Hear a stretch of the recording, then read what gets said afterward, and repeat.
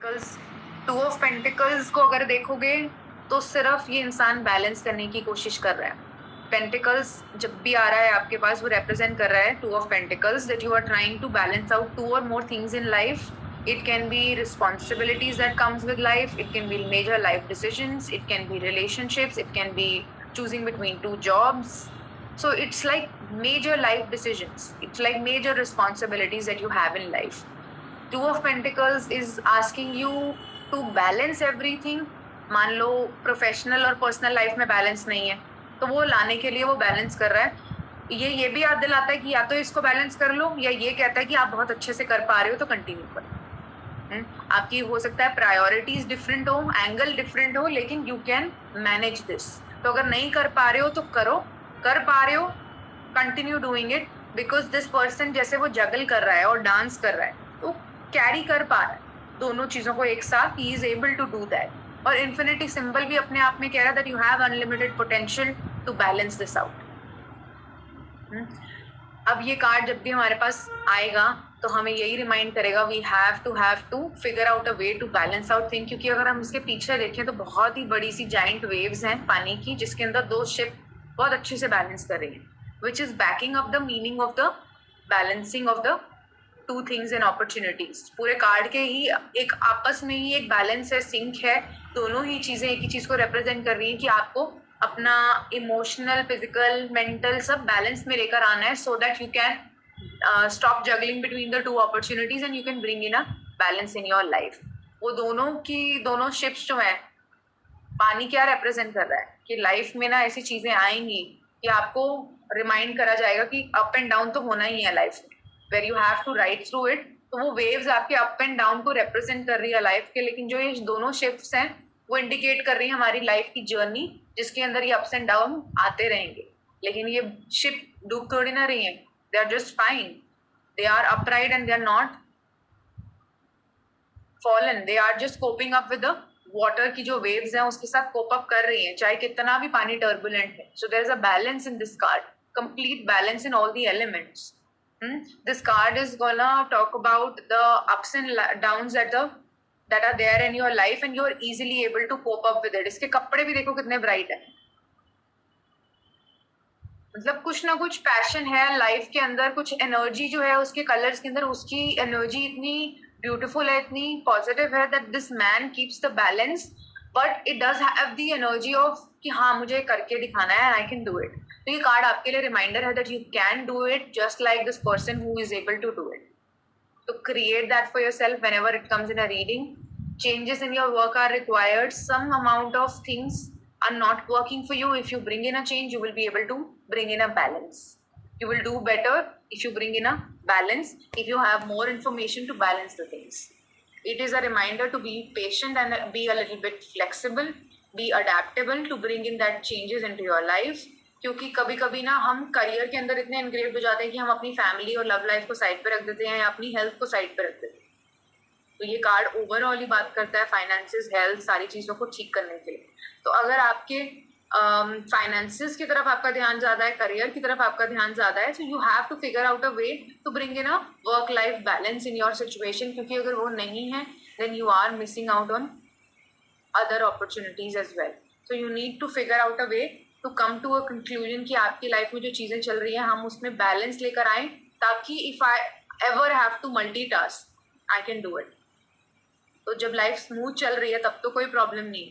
जब हमारे पास मान लो आपको ऑफिस जाना है, काम भी करना है, अगर आप टैरो सीख रहे हो तो आपको वो भी बैलेंस करना है. लेकिन किसी दिन घर में कोई ऐसा इवेंट आ जाता है, मान लो किसी की शादी आ गई, तो कैसे बैलेंस करोगे? कोई बैड इंसिडेंट हो जाता है तो कैसे बैलेंस करोगे? तो you have to bring in a balance in your life कि अगर आपको चीज़ें बहुत सारी एक साथ करनी भी पड़े तो बाकी काम डिस्टर्ब नहीं हो. तो ये कार्ड आपको एक बैलेंस मेंटेन करने के लिए कहता है. It's always asking you to define your priorities and then work accordingly. Then we have three of pentacles. It's a card of collaboration, team work.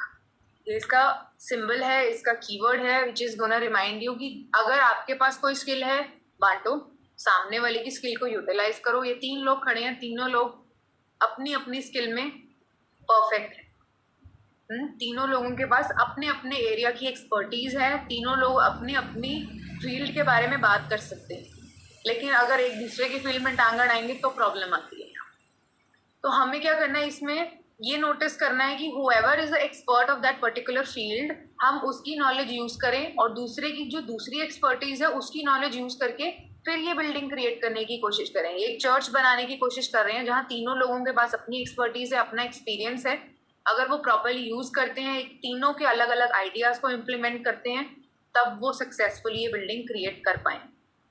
So in short, this card represents coming together, people from different background, different experience, different knowledge. Once they come together, they create great building and an amazing results. तो आपको ये याद रखना है, जब भी ये card आ रहा है तो आपको रिमाइंड कर रहा है, मे बी ऑफिस में काम कर रहे हो, do it in team work, colleagues की भी सुनो, उनके पास जो नॉलेज है वो काम आए। फैमिली में हो तो भी आपको ध्यान रखना है कि हम एक दूसरे की सुन रहे हैं, क्योंकि एक बिल्डिंग बनेगी ही तभी जब हम सबकी एक्सपर्टीज लेंगे। आर्किटेक्ट्स चाहिए, इंटीरियर डिजाइनर चाहिए, सिविल वर्क चाहिए, तीनों साथ में काम करेंगे तभी बिल्डिंग बनेगी ना। अब इस फिगर के अंदर देखो, कम उम्र का जो लड़का है वो बेंच के ऊपर है और जो थोड़ी सी ज्यादा एज के लोग हैं वो बेंच से नीचे हैं।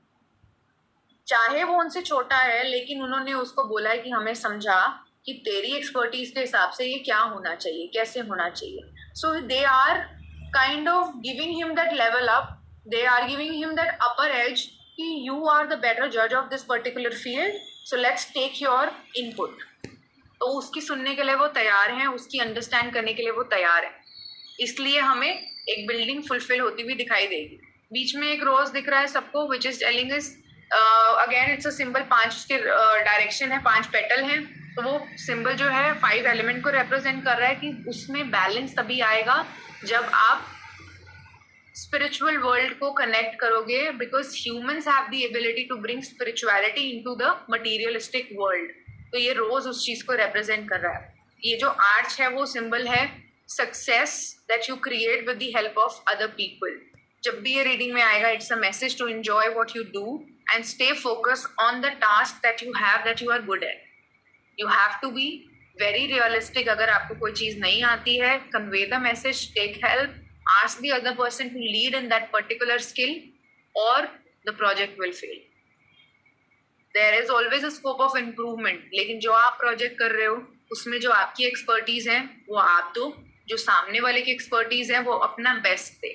तो 2-3 लोग मिलके अगर एक प्रोजेक्ट करोगे तो कितना ब्यूटीफुल अबंडेंट रिजल्ट आपके लिए लेकर आएगा। लेकिन अगर आप सोचोगे कि सारा कुछ मैं ही कर दूं, मेरा ही इनपुट हो, चाहे आपके पास उसकी नॉलेज है या नहीं, how will the finished product come out to be? So in this card there is no me, there is us all together। ये कार्ड आपको कहता है कि कोई ऐसा सोचने की जरूरत नहीं है कि वो मेरे से सुपीरियर है या वो मुझसे जूनियर है। जिसके पास जिस एरिया की नॉलेज है वो अपनी नॉलेज ऑफर करे, and there is always a scope to learn from the other person. So अगर छोटे वाले उम्र के इंसान के पास नॉलेज और एक्सपर्टीज है तो वो बड़ी उम्र के उससे सीखने के लिए तैयार है।